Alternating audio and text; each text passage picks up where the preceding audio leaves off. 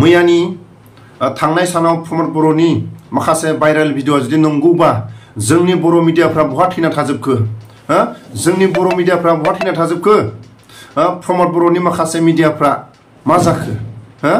बर' हारिनि थाखाय मोजां खामानि मावनो थाखाय बर' मिडिया आगान सुरबोदों ना प्रमद बर'खौ बाख्नायनो थाखायसो बिथांमोना प्रमद बर'जों नालि गुलि नामा सारा इन्डियायाव बर' हारिखौ प्रमद बर'आ बर' हारिखौ दंस खालायबाय बेखौ लाजियासै नामा जोंनि बर' नेताफ्रा लाजियासै नामा जोंनि बर' हारिनि गेजेराव लाजियासै नामा प्रमद बर'नि माखासे सारा इन्डियायाव बर' हारिखौ दंस लाजि फोनांनायनि सायाव बिनि सायाव मानो बर' मिडियाफ्रा फंसेबो बुङाखै I would also like to request Sri Pramod Boro to present General Mohit Mahindru, a traditional Bodo Arunai.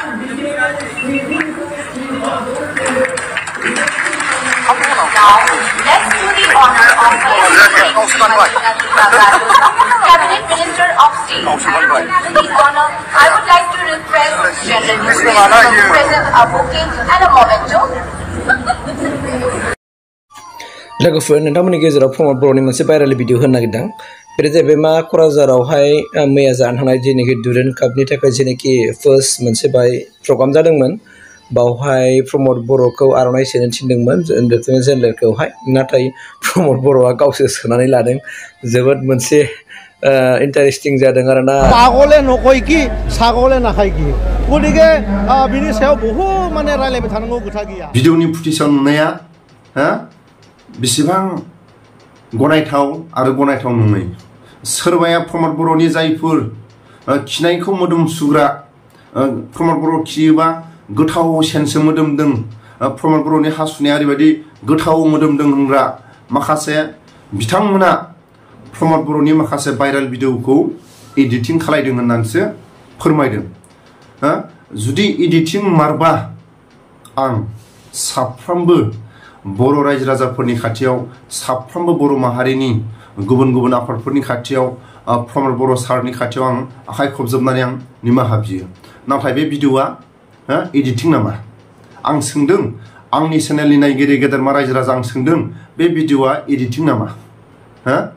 बे भिडिअआ एडिटिं नामा मालाबाबो एडिटिं जानो हानाय नङा प्रमद बर'नि खिनाय समाव मोनामसुग्रा प्रमद बर'नि खिनाय समाव बाब गोथाव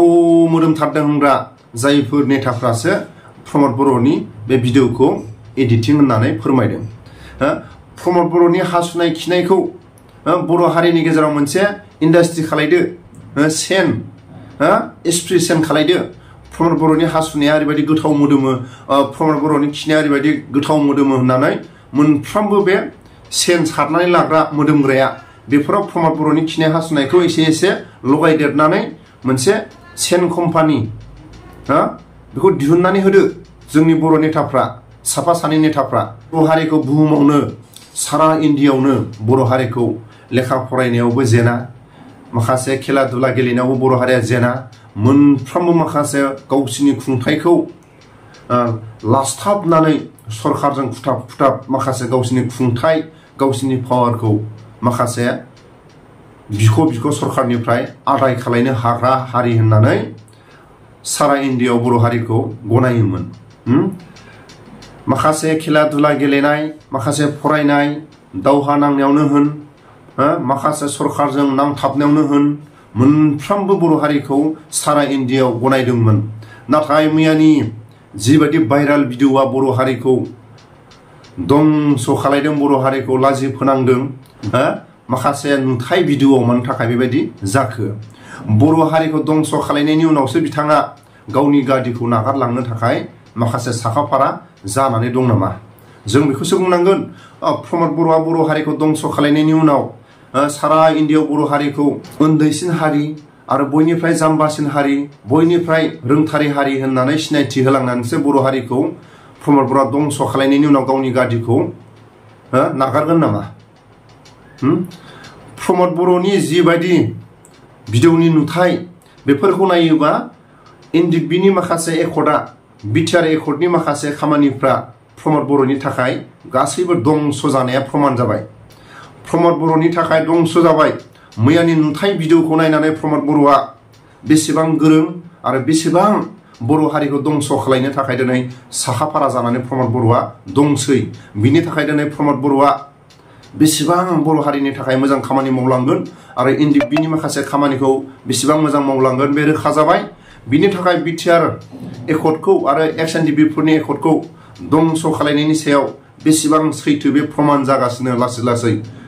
जोंनि बर' मिडियाफ्रा मानो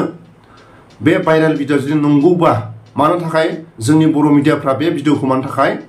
ससियेल मिडिया आरो मिडियाफोरनि गेजेरजों मानो नुथायखौ फोसावाखै मा दं जाहोना मानो थाखाय बर' मिडियाफ्रा बर' जातिनि खामानि मोजां मावनो थाखाय आगान सुरबोदोंबा नंगौबा भिडिअआ जुदि सैथोबा मानो थाखाय जोंनि बर' मिडियाफ्रा प्रमद बर'खौ मोजां मोनग्रा माखासे बर' मिडियाफ्रा मानो थाखाय बर' हारिनि गेजेराव मानो बे भिडिअखौ नुसारनाय बायदि रायजो राजाफ्रा नुसारनाय बायदि मानो हगाराखै प्रमद बर'नि जुदि खिनाय हासुनायखौ मोदोमो होननानै जुदि हगारनो हायोबा मानो थाखाय प्रमद बर'नि माखासे नुथाय भिडिअखौ प्रमद बर'नि माखासे हारिखौ दंस' खालायनाय अपमान खालायनाय बर' जातिखौ अपमान खालायनाय भिडिअखौ मानो थाखाय हगारनो हाया जोंनि बर' मिडियाफ्रा मानो हगारनो हाया जुदि एडिटिं नङाब्ला जोंनि बर' मिडियाफ्रा हगारनांगौ आरो जुदि एडिटिंबा मोनफ्रोमबो बर' हारिनि बर' मिडियाफोरनि खाथियाव एडिटिं मारबा आखाइ खबजोबनानै आं मोनफ्रोमबो बर' चेनेलनि मालिकानो जा आरो जायफोर चेनेलाव खामानि मावग्रा बिथांमोननि खाथियाव आखाइ खबजोबनानै गोरोन्थिनि सायाव आं निमाहा बियो थाबैनो जुदि एडिटिं नङाब्ला सारा इन्डियायाव प्रमद बर'नि बे भाइरेल भिडिअखौ हगारनांगौ प्रमद बर'आ बेमार जाबाय बिथाङा मैयानि समाव माबा मोनसे हरखाबै प्रेसारा एसे दावखोदोंमोन माबा मोनसे जादोंमोन होननानै प्रमद बर'खौ माखासे ससियेल मिडियाजों दानस्लोबनानै हो प्रमद बर'आ मैयानि समाव जुदि माबा मोनसे गोरोन्थि मावदोंबा बेखौ जोंनि बर' मिडियाफ्रा एसे दानस्लोबनानै हो जाहाथे बर' हारिया अपमान जायै बायदि प्रमद बर'आ प्रेसारा दावखोदोंमोन बिनि थाखाय माबा मोनसे बुंदों माबा मोनसे खोनादों बेखौ जोंनि बर' मिडियाफ्रा दानस्लोबनानै दोननो हायो नाथाय जुदि नंमारगौबा सारा इन्डियायाव बर' हारिखौ बयनिफ्राय लेखा रोंथारै जाति होननानै सिनायथिया रोखा जाबाय ओंखाय खुंनो माखासे पावारखौ बिथांमोना एसेबो दोनालासिनो जेसेबां गावसिनि मोननो गोनां खुंथायखौ बिस्थाबनानै बिथांमोना गावसिनि रायजोखौ सालायगासिनो दं होननानै सारा बुहुमावनो बर' हारिया गनायजानाया दिनै खेबसेनो गोजौनिफ्राय गाहायाव नाख्लाय हरनाया बिनि उद्देश्य बिनि थांखि बिथांखिया मा बेखौ जोंनि बर' मिडियाफ्रा प्रमद बर'नि खुगानिफ्राय सोंनाय फिननाय जोंनि बर' मिडियाफ्रा लानांगौ